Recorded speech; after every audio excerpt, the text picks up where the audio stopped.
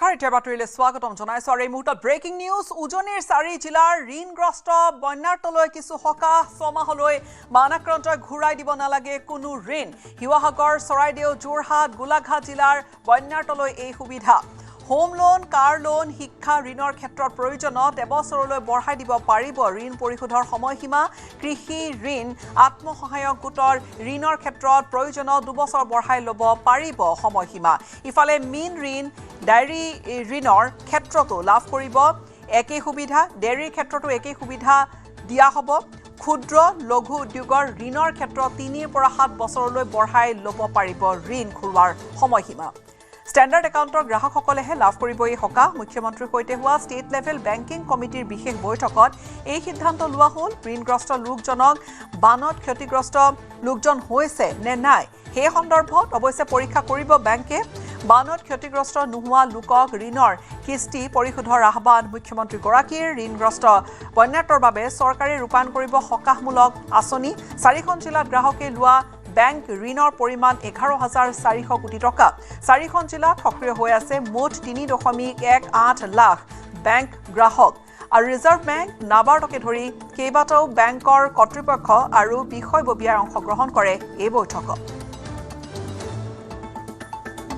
এতিয়া মই প্ৰথম আহিব খুজিছো হাউচিং লোন এডুকেশ্যন লোন আৰু কাৰ লোন গৃহ ঋণ শিক্ষামূলক ঋণ আৰু কাৰ লোন এই তিনিওটা কেটেগৰীৰ বাবে আমি আপোনালোকৰ যিটো মৰেটৰিয়াম যে লোন ঘূৰাই দিয়া যিটো প্ৰক্ৰিয়া যাক আমি যেতিয়া আমি তাক সামূহিকভাৱে সকাহ দিওঁ তাক মৰেটৰিয়াম বুলি কোৱা হয় অৰ্থাৎ হাউচিং লোন এডুকেশ্যন লোন আৰু কাৰ লোনৰ ক্ষেত্ৰত আমি 6 মাহৰ বাবে মৰেটৰিয়াম ঘোষণা কৰিছো আজি আমাৰ এছএলবিসি হোৱা সিদ্ধান্ত অনুসৰি অহা 6 মাহলৈকে আপোনালোকে যিসকলৰ হিৱাসাগৰ চৰাইদেউ গোলাঘাট আৰু যোৰহাট জিলাৰ যিসকল এফেক্টেড ফেমিলি সেই এফেক্টেড ফেমিলি সকলে অহা 6 মাহৰ বাবে লোন ঘূৰাই দিব নালাগে তেওঁলোকক আমি মৰেটৰিয়াম ঘোষণা কৰিছো আকৌ এবাৰ কৈছো এফেক্টেড ফেমিলিৰ বাবে 6 মাহ মৰেটৰিয়াম পাৰ হৈ যোৱাৰ পিছত ধৰি ললো আপোনালোকৰ লোনটো 3 বছৰত ঘূৰাই দিবলগীয়া আছিল 6 মাহটো ঘূৰাই নিদিব আৰু 3 বছৰৰ লগত 3 বছৰ 6 মাহ যোগ হ'ল প্ৰয়োজন হলে ঘূৰাই দিয়াৰ সীমা আৰু এবছৰ আপোনালোকে বঢ়াই ল'ব পাৰিব তাৰ মানে ইনষ্টলমেন্ট বিলাক প্ৰতি মাহত 6 মাহৰ পিছতো আপোনালোকে যেটো ইনষ্টলমেন্ট দিব হি কমি যাব কাৰণ লোন ঘূৰাই দিয়াৰ যেটো সীমা বা বছৰ তাক আমি আৰু এবছৰলৈকে বঢ়াই দিম সকলো বন্যাতৰ তৎকালীনভাৱে লাভ কৰিব 15,000 কোটি টকা বন্যাতৰ বেংক একাউণ্টত প্ৰদান কৰিব চৰকাৰৰ তৎকালীন সাহায্য চৰকাৰে আৰম্ভ কৰিছে বন্যাতৰ তালিকা প্ৰস্তুতৰ কাম আৰু 7 আগষ্টৰ পৰা বন্যাতৰ ক্ষয়ক্ষতিৰ তথ্য সংগ্ৰহ কৰিব চৰকাৰে হিৱাসাগৰ চৰাইদেউলৈ গৈ জিলা আয়ুক্তৰে বৈঠকত বহিব মুখ্যমন্ত্ৰী গৰাকী শিক্ষাৰ্থীয়ে পুনৰ সংগ্ৰহ কৰিব পাৰিব বানত নষ্ট হোৱা প্ৰমাণপত্ৰ আৰু শিক্ষাৰ্থীয়ে বিনামূলীয়াকৈ লাভ কৰিব প্ৰমাণপত্ৰৰ ডুপ্লিকেট কপি এএছএছইসি আৰু বিশ্ববিদ্যালয়ে প্ৰদান কৰিব প্ৰমাণপত্ৰৰ ডুপ্লিকেট কপি প্ৰথম শ্ৰেণীৰ পৰা অষ্টম শ্ৰেণীৰ শিক্ষাৰ্থীয়ে লাভ কৰিব বিনামূলীয়া ইউনিফৰ্ম বানত ক্ষতিগ্ৰস্ত উচ্চতৰ মাধ্যমিকৰ শিক্ষাৰ্থীয়ে পাব 1,000 কোটি টকা বানত ক্ষতিগ্ৰস্ত স্নাতক শিক্ষাৰ্থীয়ে লাভ কৰিব 3,000 কোটি টকা বানত ক্ষতিগ্ৰস্ত স্নাতকোত্তৰ শিক্ষাৰ্থীয়ে লাভ কৰিব 5,000 কোটি টকা শিক্ষাৰ্থীৰ সাহায্যৰ বাবেও আৰম্ভ কৰা হৈছে তালিকা প্ৰস্তুতৰ কাম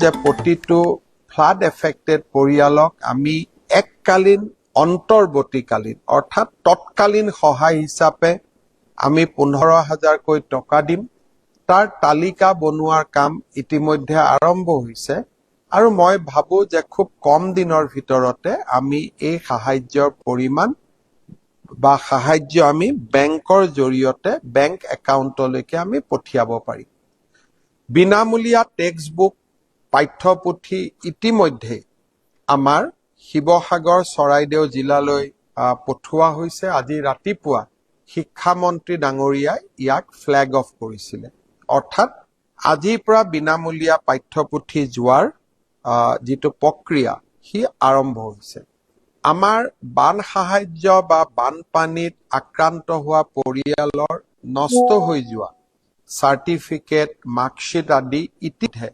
বিনামূলীয়াকৈ ডুপ্লিকেট প্ৰদান কৰাৰ ব্যৱস্থা অসম স্কুল এডুকেশ্যন বোৰ্ড আৰু ইউনিভাৰ্চিটিসমূহে ঘোষণা কৰিছে মই ইয়াৰ বাবে স্কুল এডুকেশ্যন বোৰ্ড আৰু বিশ্ববিদ্যালয়সমূহকো কৃতজ্ঞতা জ্ঞাপন কৰিছো ইউনিফৰ্মৰ পুঁজি আমি খুব সোনকালে পঠিয়াবৰ বাবে চেষ্টা কৰিম যাতে ক শ্ৰেণীৰ পৰা অষ্টম মান শ্ৰেণীলৈ ছাত্ৰ ছাত্ৰীসকলে আকৌ বিনামূলীয়া ইউনিফৰ্ম পাব পাৰে তালিকা বনোৱাৰ কাম চলি আছে আৰু যেটো বুক গ্ৰান্ট হায়াৰ সেকেন্ডাৰীত পঢ়া ছাত্ৰৰ বাবে 1000 টকা ছাত্ৰ ছাত্ৰীৰ বাবে ডিগ্ৰীত পঢ়া ছাত্ৰ ছাত্ৰীৰ বাবে 3000 টকা আৰু কলেজ বিশ্ববিদ্যালয়ত স্নাতকোত্তৰ শ্ৰেণী পঢ়ি থকা ছাত্ৰ ছাত্ৰীৰ বাবে 5000 টকা তাৰো তালিকা মহাবিদ্যালয় বিদ্যালয়সমূহৰ সহযোগত ইতিমধ্যে নিৰ্মাণ বা ইতিমধ্যে প্ৰস্তুত কৰি থকা হৈছে বান বিধ্বস্ত 2 জিলাৰ নামঘৰলৈ চৰকাৰৰ সাহায্য ঘোষণা শিৱসাগৰ আৰু চৰাইদেউৰ নামঘৰসমূহে পাব 1.5 লাখ টকা ফেচবুক লাইভতে এইখিনি কথা লগতে মুখ্যমন্ত্ৰীগৰাকীয়ে ঘোষণা কৰে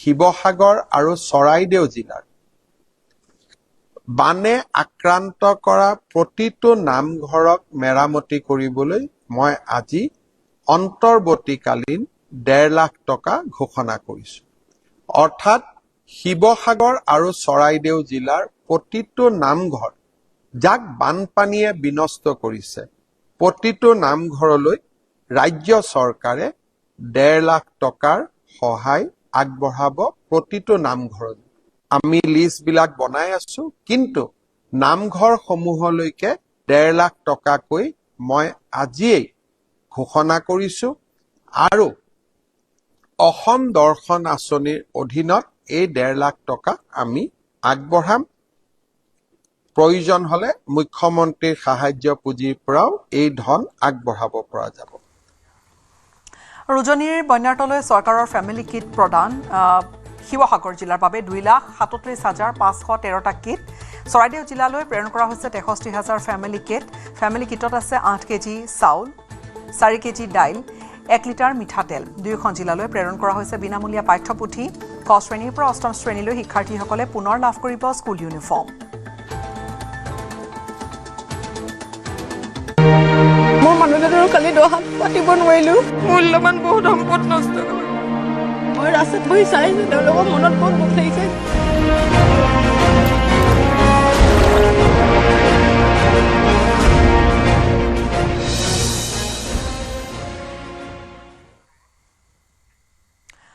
জুলাইত অহা প্ৰলয়ৰ বাবে সেই তেতিয়াৰ পিছৰে পৰা লাখ লাখ লোকে এতিয়া এক সময় পাৰ কৰিছে কেনেকৈ সময় কটাইছে তেওঁলোকে এটা বুজাব নোৱাৰা পৰিৱেশ চাৰিপিনে 11 দিনে বোকা পলস আৰু এককাল কৰবাত পানীৰ মাজত দুৰ্বিসহ জীৱন আজিও কটাই আছে দুৰ্ভগীয়া বান পীড়িতই কালৰূপী বানত চিন চাপ নোহোৱা হৈ গৈছে সপৰিয়ালৰ ঘৰ দুৱাৰবোৰৰ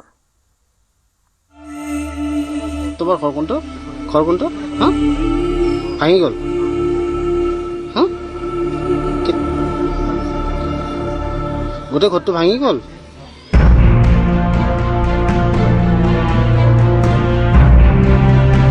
11 দিনে দুৰ্বিসহ জীৱন বান পীড়িতৰ পানী কমিলেও কমা নাই বন্যাৰ্তৰ দুৰ্দশা পলসৰ কাৰণে খোজকাঢ়িব নোৱাৰা এক অৱস্থা জলপ্ৰলয় 19 জুলাইত অহা জলপ্ৰলয়ৰ পাছৰে পৰা লাখ লাখ লোকে পাৰ কৰিছে দুঃসময় 11 দিনে বোকা পলস আৰু এককাল পানীৰ মাজতে এক দুৰ্বিসহ জীৱন কটাইছে দুৰ্ভগীয়া বান পীড়িতই বান কমিছে যদিও শিৱসাগৰ জিলাৰ শতাধিক গাঁও এতিয়াও পানীৰ তলত বহু বন্যাৰ্তৰ ঘৰত পানী শুকাইছে যদিও ঘৰত থাকিব পৰা পৰিৱেশ নাই শিৱসাগৰ চৰাইদেউ জিলাৰ হাজাৰ হাজাৰ লোকৰ ঘৰত এতিয়া কেৱল বোকা আৰু পলস কাল ৰূপী বানত চিন চাপ নোহোৱা হ'ল শ শ পৰিয়ালৰ ঘৰ দুৱাৰ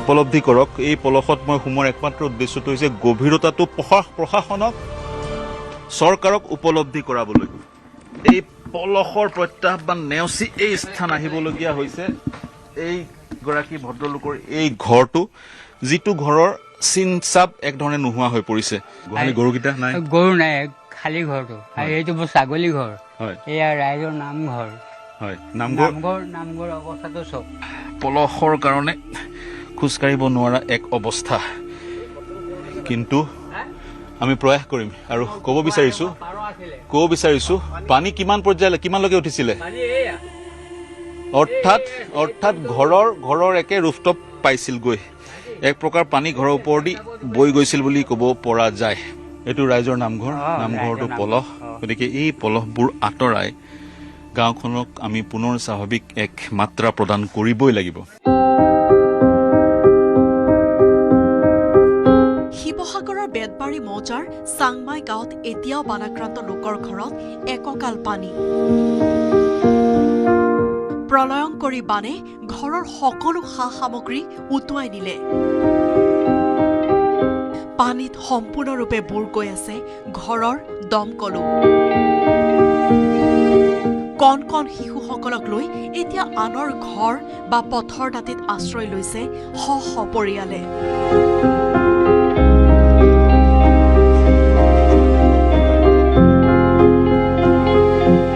কমল চাপৰিত উপস্থিত হৈছোহি আৰু ইয়াৰ অৱস্থা চাওক এইটো এটা ৰাস্তা এই ৰাস্তাটোত কিদৰে পলস বোকাই এই ৰাস্তাটো এক প্ৰকাৰ অচল কৰি তুলিছে 19 জুলাইৰ সেই দিনটোত পানীৰ ঢল ইমানেই তীব্ৰ আছিলে ৰাস্তাত আমি দুটা ঘৰ দেখিলো ঘৰৰ চিলিং ৱালবোৰ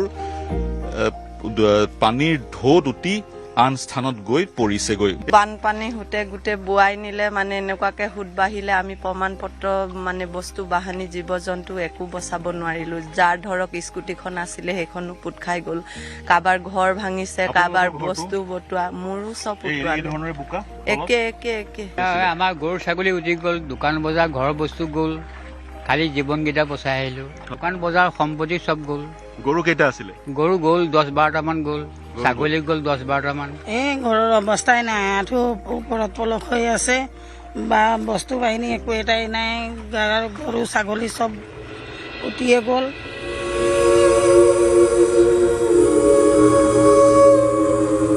ইপিনে এতিয়াও বানত বুৰ গৈ আছে অসমৰ প্ৰথমগৰাকী PhD ডিগ্ৰীধাৰী মইদুল ইছলাম বৰাৰ বাসগৃহ আৰু পথ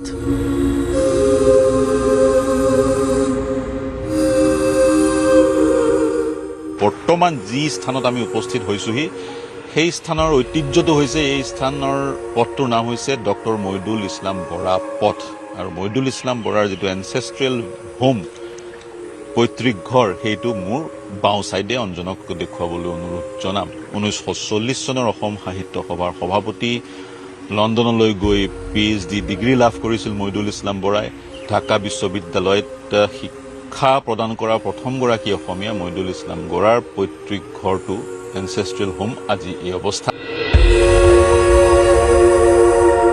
বিধ্বংসী বানে ঘৰৰ সৰ্বস্ব উটুৱাই নিয়াৰ পাছতো এইগৰাকী ককাই ক'লে মানুহৰ বিপদ আহে আৰু গুচি যায় এই মহা সংকটৰ সময়ছোৱাতো সকলোকে ধৈৰ্য ধৰিবলৈ আহ্বান জনালে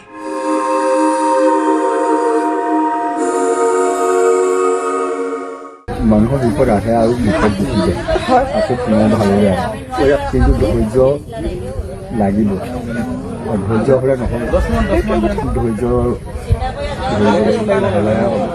ঈশ্বৰৰ ওচৰত এতিয়া প্ৰাৰ্থনা কৰি পায় ধন সম্পত্তি কিনে লাগিছে বহুকেইখন নেপালী খুঁটি আছে ইয়াত নেপালী খুঁটি সদৃশ পৰিৱেশ ইয়াতেই নহয় বহুতত অনুৰূপ পৰিৱেশৰ সৃষ্টি হৈছে প্ৰতিখন গাঁও যাতে আমি দেখুৱাব পাৰোঁ প্ৰতিজন বান বিধ্বস্ত লোক আমি দেখুৱাব পাৰোঁ সেয়াই আমাৰ প্ৰয়াস ইপিনে এই পৰ্যন্ত ৰাজ্যত বানত প্ৰাণ হেৰুৱাইছে 81গৰাকী লোকে উজনিৰ জলপ্ৰলয়ত নিথৰুৱা হ'ল বহুজন। প্ৰলয়ংকৰী বানত নিজৰ জীৱনকো তুচ্ছ কৰি আনক বচাবলৈ যোৱা এইসকল মহিলা, কিশোৰ কিশোৰী, যুৱক যুৱতীৰ প্ৰিয়জন আৰু কেতিয়াও ঘূৰি নাহে।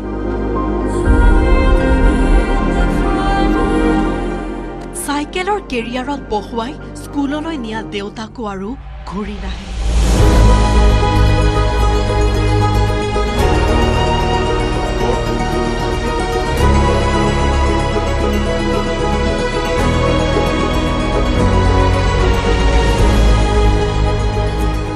শিৱসাগৰৰ পৰা প্ৰদীপ গগৈৰ সহযোগত bureau' report, news 18 Assam north east.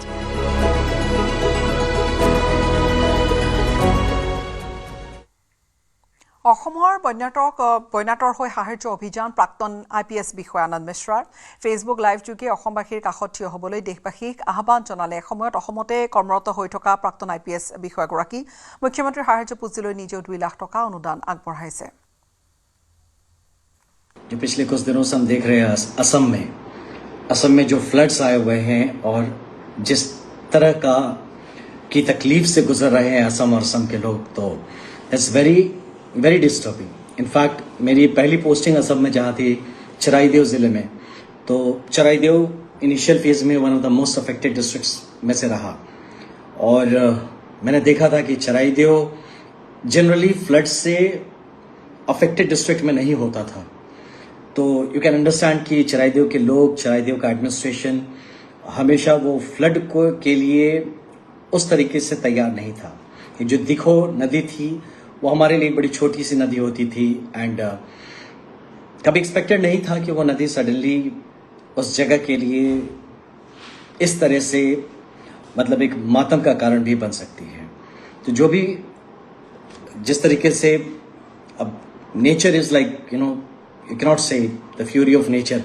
तो जब नेचर ने डिसाइड किया कि it has to go its own way, तो अब किस पे हम दोष आरोपण करें, किस पे दोष किसको दें? तो but I am really feeling sorry for the people of Charaideo, specially हमारे अपर असम के काफ़ी सारे ज़िले, इवन गुवाहाटी तक भी मैंने देखा कि काफ़ी लोग त्रस्त हैं और ये भी देखा कि बाकी देश में सब लोग अलग अलग इश्यूज़ को लेके जूझ रहे थे, वो चाहे प्रोटेस्ट हो, चाहे इलेक्शंस हो, चाहे और भी जो लोकल मुद्दे हो उनको लेके। एंड आई फेल्ट बैड कि बहुत बार हमारे यहाँ पे भी नॉर्मल जो मीडिया आता है या जो न्यूज़ आता है उसमें असम की ये जो इशू है वो कवर नहीं हो रहा उस तरीके से। I felt bad about it just because क्योंकि मैं वहाँ पोस्टेड रहा हूँ, मैं ध्यान देता रहता हूँ क्या चल रहा है। हमारे दोस्त लोग हैं जो कि बताते रहते हैं कि क्या चल रहा है, तो मुझे पता चला। सच कहूँ तो मुझे भी थोड़ा लेट से पता चला and I felt very bad. तो मेरे जितने साथी दोस्त हो सकते थे मैंने सबसे बात किया कि आप लोग कुछ रिलीफ के लिए वहाँ पहुँचिए, किस तरीके से मदद कर सकते करिए, क्योंकि हम लोग यहाँ बाकी चीज़ों में उलझे रहे हैं। मन तो हमेशा जाता है कैसे, क्योंकि ऐसे लोग इन फ्लड्स में फंसे जो कि मैं 1-to-1 उनको जानता हूँ एंड हमारे मित्र थे शिवसागर में, नाजिरा में वगैरह, तो बता रहे थे कि किस तरीके से इंसान को बहते देख लिया, जानवरों की जो हालत, it was really very pathetic and bad.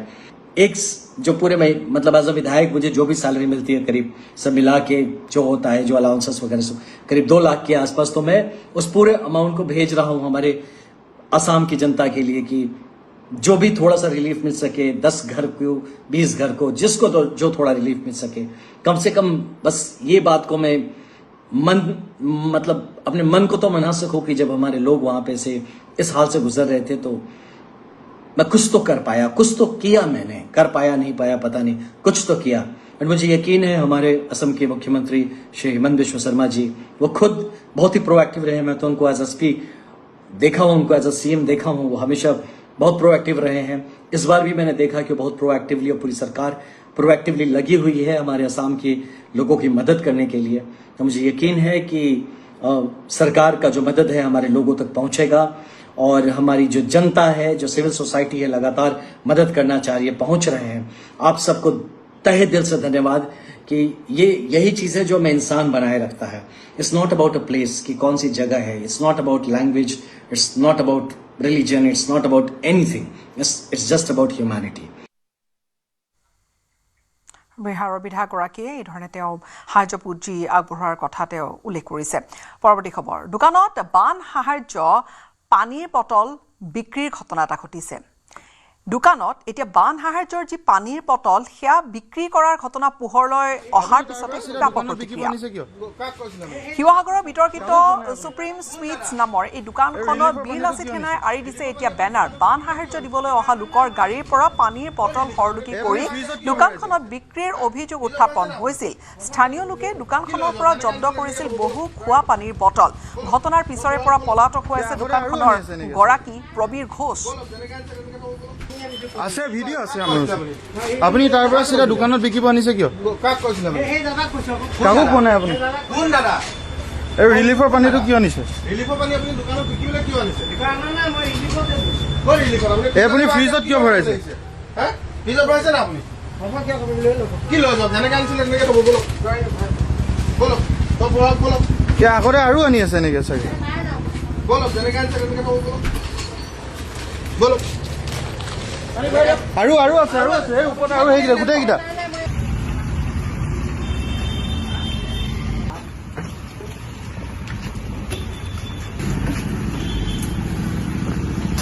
ৰিলিফৰ পানী বিকিছিলে 80 লাখ টকা দি ঘৰ কিনিছে। তাৰপৰা বানপানী মানুহৰ কাৰণে আহা কিনিছে। ই আৰু শিৱসাগৰত বেপাৰ কৰিব নোৱাৰে একদম চিধা চিধি কৰিছে।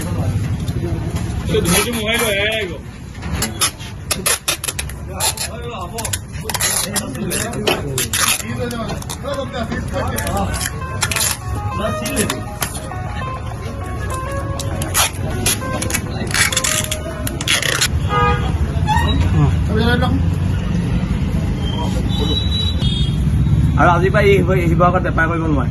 এইটো একদম চিধা চিধি কথা। এইটো আমি বিল আছে তেনে অসমীয়া বন্ধ কৰি দিছোঁ।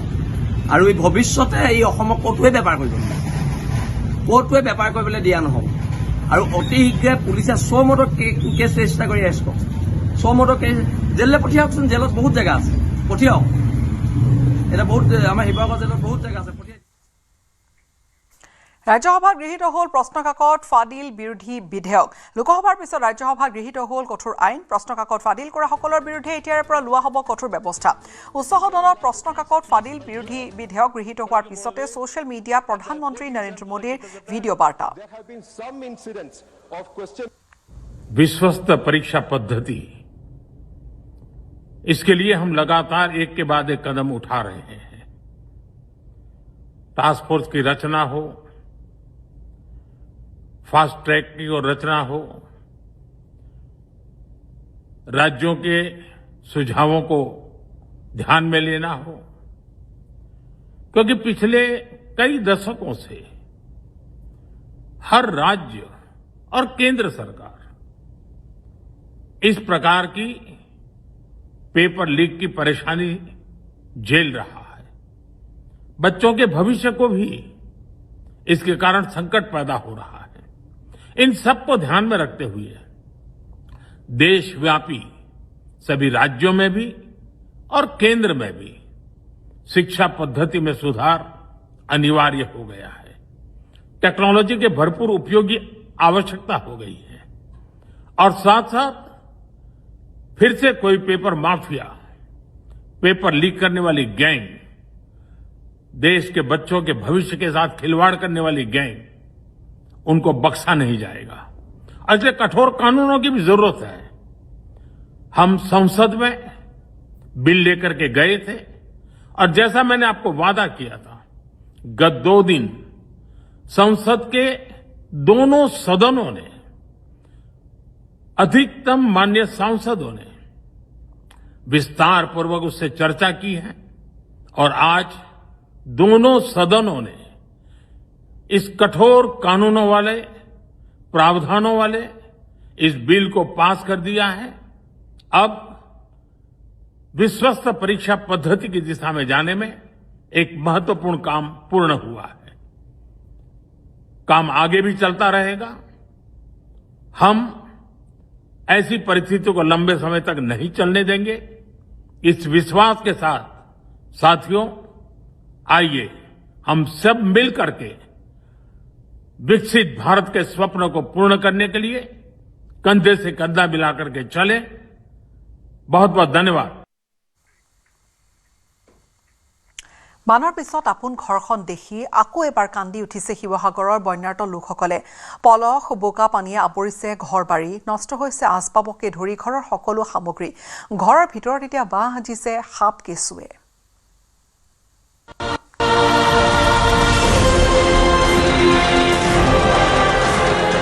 বানে ধুই যোৱা ঘৰলৈ উভতি আহিছে বন্যাৰ্ত। কিন্তু উভতি আহি দেখিছে কি?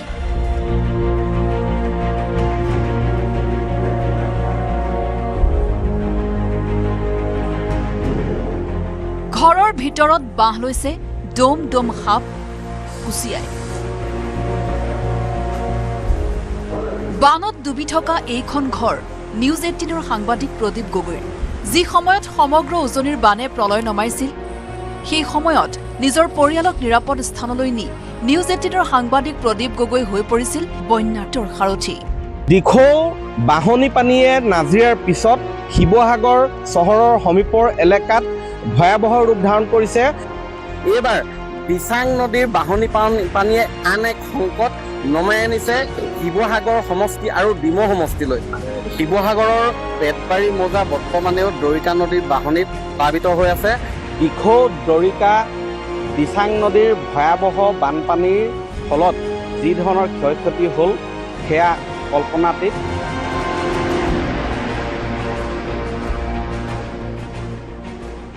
যোৱা 10 দিন প্ৰদীপ হৈ ৰ'ল কেৱল বন্যাৰ্তৰ কণ্ঠ। সাংবাদিক প্ৰদীপ গগৈয়ে এতিয়া নিজৰ ঘৰখনলৈ উভতি দেখিছে প্ৰলয় বিধুত কৰুণ ছবি। ঘৰৰ আচবাব সামগ্ৰী একো ব্যৱহাৰ উপযোগী হৈ থকা নাই। নিজৰ প্ৰিয় কিতাপসমূহ পানীৰ তলত। এয়াই সত্য, এয়াই বাস্তৱ।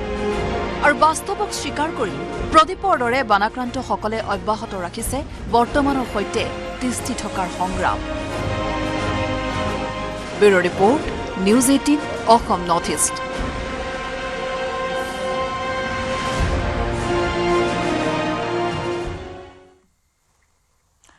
বানাক্ৰান্তৰ বাবে মহাপুৰুষ শ্ৰীমন্ত শংকৰদেৱ বিশ্ববিদ্যালয়ে আগবঢ়ালে 2 লাখ টকা।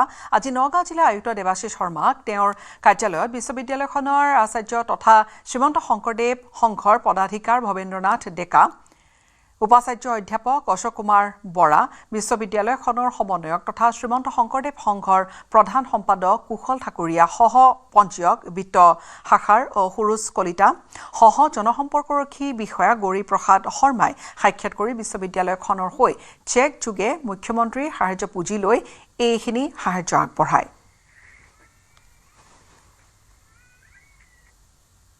বানৰ পিছত শিৱসাগৰত আৰম্ভ হৈছে এতিয়া চিকিৎসা সাহায্য। চিকিৎসা সাহায্য অভিযানত নামি পৰিছে বিভিন্ন সংস্থা আৰু ব্যক্তিগত হাস্পতাল। বানাক্ৰান্ত অঞ্চলসমূহত স্থাপন কৰিছে স্বাস্থ্য শিবিৰ। চিকিৎসা সেৱাৰ লগতে বিনামূলীয়াকৈ বিতৰণ হৈছে ঔষধ।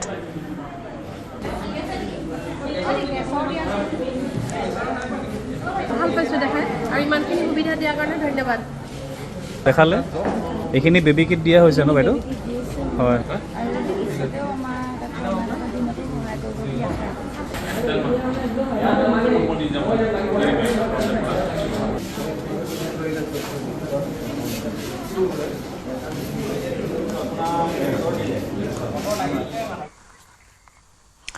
বান বিধ্বস্ত অসমৰ কাষত বলিউড তাৰকা। অসমৰ বানাক্ৰান্তৰ বাবে অভিনেতা কাৰ্তিক আৰিয়ানৰ 1 কোটি টকাৰ সাহায্য। মুখ্যমন্ত্ৰীৰ সাহায্য নিধিলৈ বানপীড়িতৰ সহায়ৰ বাবে বলিউডৰ অভিনেতাগৰাকীয়ে আগবঢ়ালে 1 কোটি টকাৰ সাহায্য পুঁজি। মুখ্যমন্ত্ৰী ডক্টৰ হিমন্ত বিশ্ব শৰ্মাই ছ'চিয়েল মিডিয়া যোগে এই কথা সদৰি কৰি অসমৰ জটিল সময়ত সহায়ৰ হাত আগবঢ়োৱাৰ বাবে বলিউডৰ অভিনেতাগৰাকীক ধন্যবাদ জনায়। এইপিনে কাৰ্তিক আৰিয়ানৰ লগতে অসমৰ বানপীড়িতৰ সহায়ৰ বাবে বলিউড অভিনেতা আয়ুষ্মান খুৰানাই মুখ্যমন্ত্ৰীৰ সাহায্য নিধিত প্ৰদান কৰিছে 11 লাখ টকা। ইতিমধ্যে বান বিধ্বস্ত অসমৰ সহায়ৰ বাবে আগবাঢ়ি আহিছে সলমান খান, আলিয়া ভাট, ভূমি পেডনিকাৰকে ধৰি কেইবাগৰাকীও বলিউডী তাৰকা। বান বিভীষিকাই আকৌ একত্ৰিত কৰি গ'ল অসমীয়াক জলপ্ৰলয়ত বিধ্বস্ত লোকৰ সহায়ৰ বাবে জাতি ধৰ্ম বৰ্ণ নিৰ্বিশেষে সকলো এক হৈ ওলাই আহিছে গাড়ীয়ে গাড়ীয়ে সাহায্য লৈ আৰ্তজনক দিছে এশাৰী মাত ডাঙৰ সকলৰ বাটেৰে সহায়ৰ বাবে ওলাই আহিছে কণ কণ শিশুৰ পৰা কিশোৰলৈ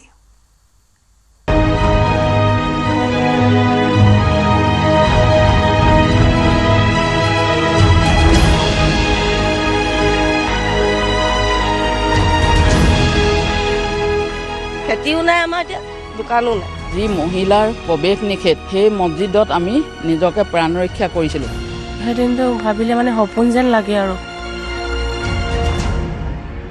এই দুৰ্দশাৰ ছবিবোৰ চাবই নোৱাৰি ঘৰৰ ভিতৰবোৰ কিবাকৈ শুকাইছে কিন্তু আগৰ দৰে হৈ থকা নাই কথাবোৰ সৰ্বশান্ত অসমীয়াৰ কাষত দেশবাস গাড়ীয়ে গাড়ীয়ে সাহায্য লৈ আৰ্তজনক এশাৰী মাত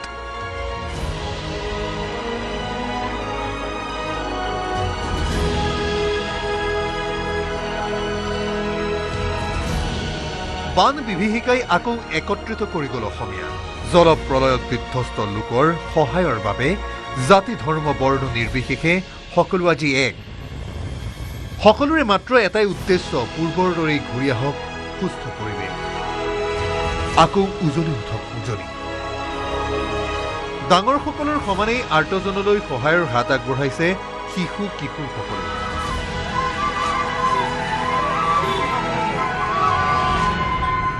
ডিব্ৰুগড়ৰ ৰাজপথত কণ কণ শিশুসকলে বাঁহী বজাই বানাক্ৰান্তৰ বাবে বিচাৰিছে সাহায্য দুৰ্গতসকলক সহায় কৰাৰ মন এইসকল কিশোৰৰো হাতত দান পাত্ৰ লৈ তিয়কৰ ৰাজপথত আয়োজন কৰিছে চেৰিটি মিউজিক কনচাৰ্ট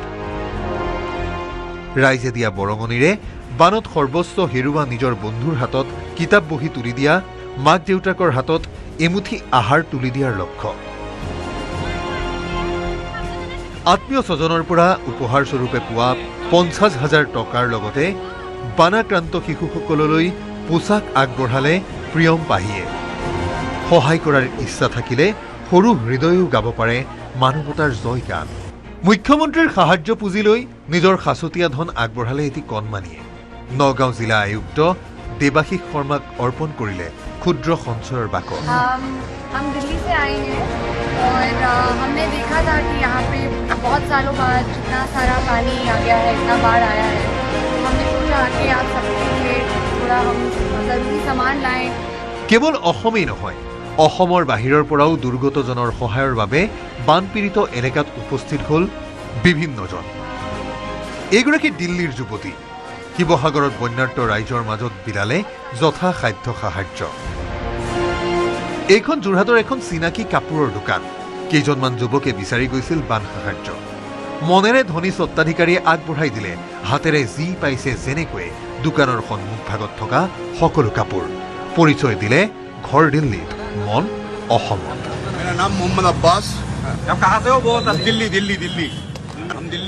নাজিৰাত এইদৰে কেইজনমান মানৱদৰদী যুৱকে বানাক্ৰান্তৰ মাজত বিতৰণ কৰিছে শাক পাচলি জলপ্ৰলয়ত মানুহৰ সমান্তৰালকৈ না জল না থল অৱস্থা পশুধনৰো সেই পশুধনৰ পেটৰ ভোক নিবাৰণৰ বাবে ঘাঁহৰ ব্যৱস্থা কৰিছে একাংশ সুহৃদয়ে বানপীড়িত এলেকাত গৰু মহক দিবলৈ এইদৰেই ঘৰৰ চৌহদত ঘাঁহ কাটিছে ককাই যিকেইটা অঞ্চলত গৈছিলোঁ ঘৰত আহি পাই কোৱাৰ পিছত যেতিয়া ৰাস্তাত দেখা জীৱ জন্তুখিনিৰ বিষয়ে ক'লোঁ যে গৰু ছাগলীও খাবলৈ পোৱা নাই তেতিয়া আমাৰ দেউতাই এটা সিদ্ধান্ত ল'লে যে তেখেতে নিজৰ ফালৰ পৰা 7-8 বস্তা ঘাঁহ আজি কাটি দিছে বিপদৰ সময়ত মাতৃভূমিক পাহৰা নাই দেশৰ আটাইতকৈ ধনী মহিলাগৰাকীয়েও মুখ্যমন্ত্ৰীৰ অজ্ঞাতেই দিলে মুখ্যমন্ত্ৰীৰ সাহায্য পুঁজিলৈ 5 কোটি টকা এৰা মানুহৰ দুখৰ সময়ত থিয় দিয়াটোৱেই হৈছে জীৱনৰ আটাইতকৈ মূল্যৱান উপহাৰ bureau report news 18 Assam north east